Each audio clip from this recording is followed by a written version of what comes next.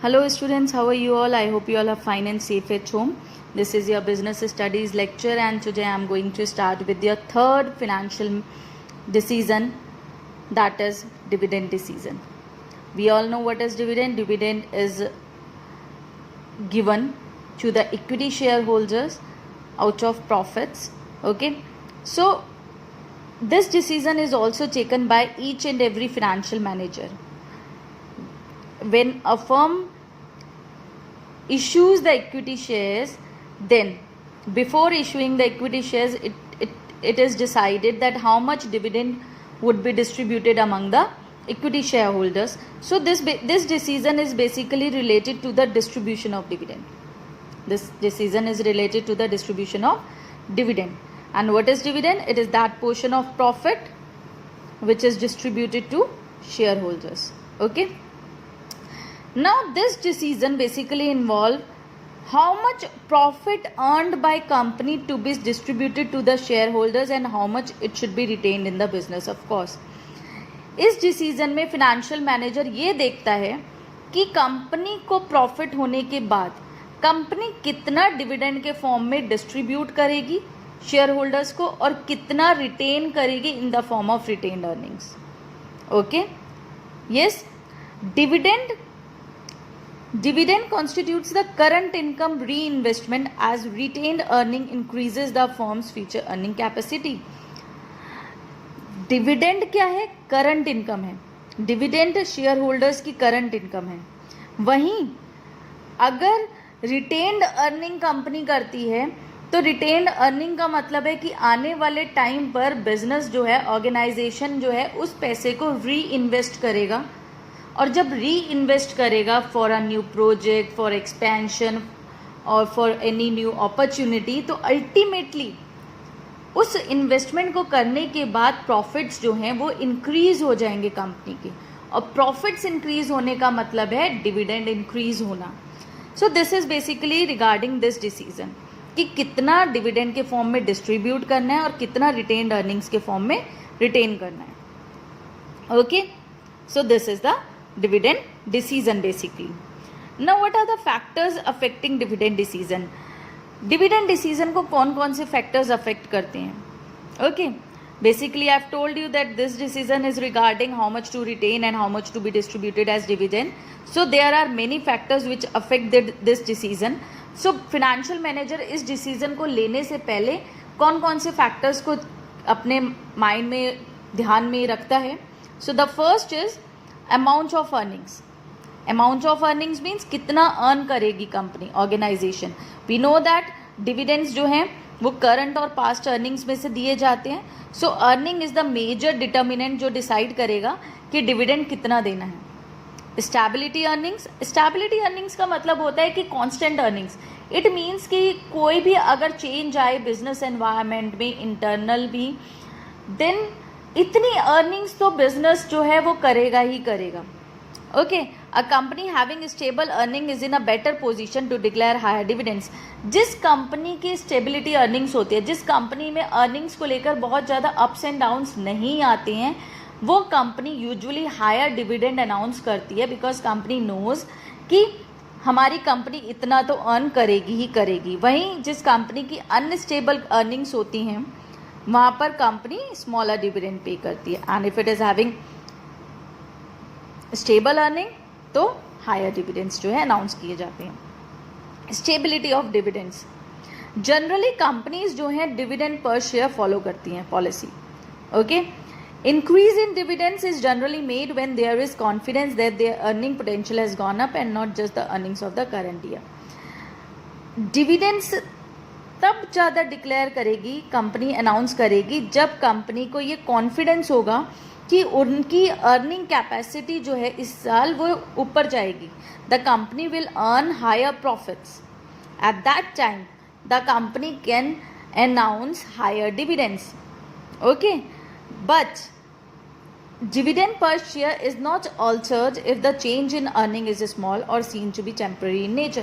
अगर कंपनी को रखता है कि अर्निंग जो है वो कम है, अर्निंग में चेंज जो है बहुत ज़्यादा नहीं होने वाला है, बहुत ज़्यादा चेंज नहीं होने वाला है अर्निंग्स में, इट मीन्स स्टेबिलिटी अर्निंग्स है, तो डिविडेंड भी स्टेबल रहेंगे। इट मीन्स वो डिविडेंड भी बहुत ज़्यादा ऊपर नीचे अनाउंस नहीं करेगी। अगर कंपनी को लगता है कि आने वाले टाइम में रिस्क है तो डिविडेंड बहुत ज़्यादा इंक्रीज़ या डिक्रीज़ करके अनाउंस कंपनी नहीं करेगी। अगर कंपनी को लगता है कि हर साल कंपनी इतना डिविडेंड तो इशू करती ही करती है क्योंकि स्टेबिलिटी ऑफ अर्निंग्स है, that's why the company will announce the same dividend. Growth opportunities, companies those who are having good growth opportunities, they can retain more money, yes, so that they can in future do more investment.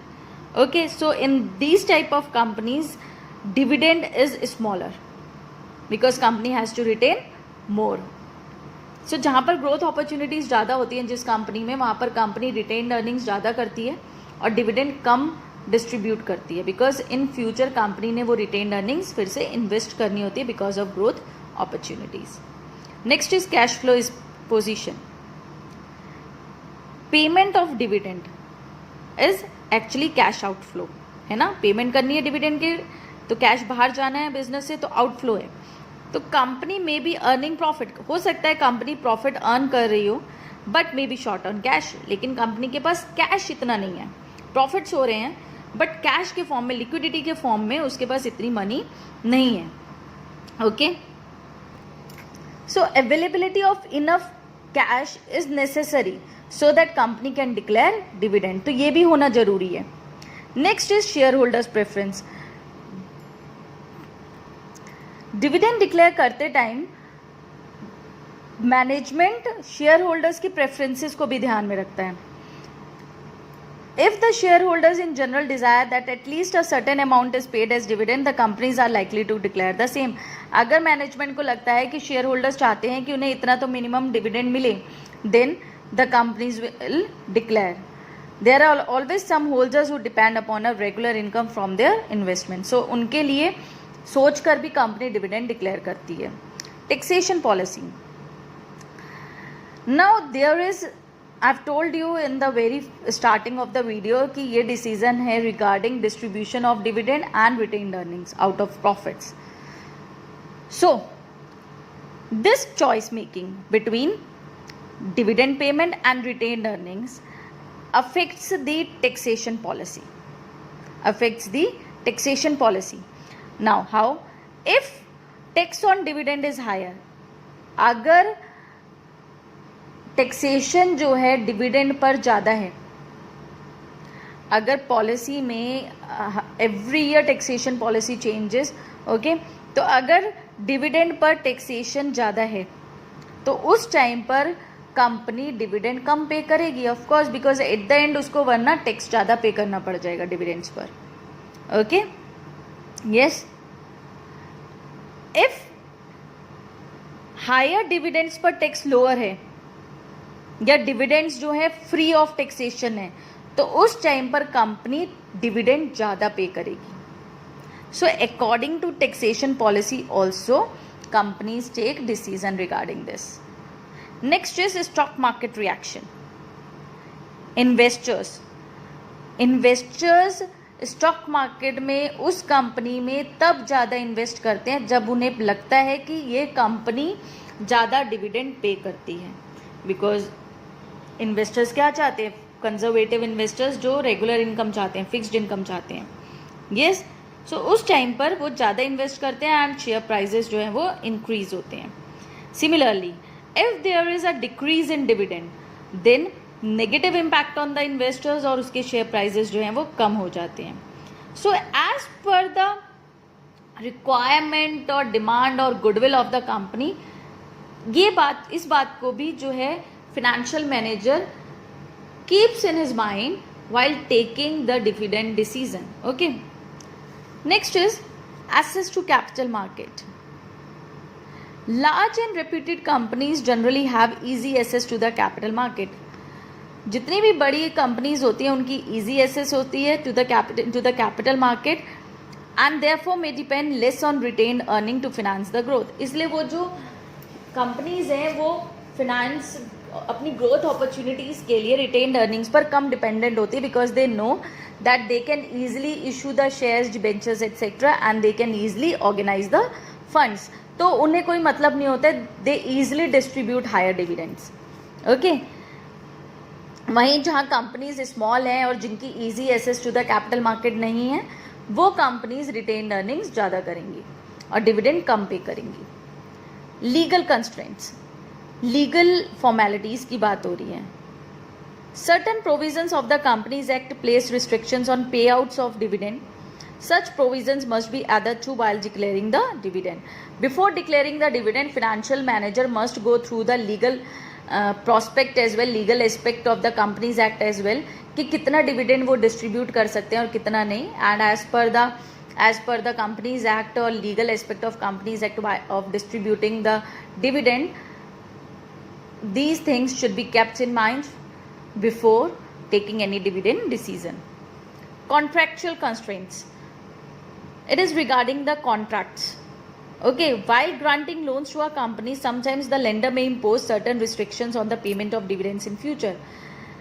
कई बार loan देते time company को, whosoever lender is, maybe a financial institution or any person or any big investor, कोई भी हो सकता है, वो loan देते टाइम हो सकता है कुछ certain restriction लगा दे regarding the dividends in future.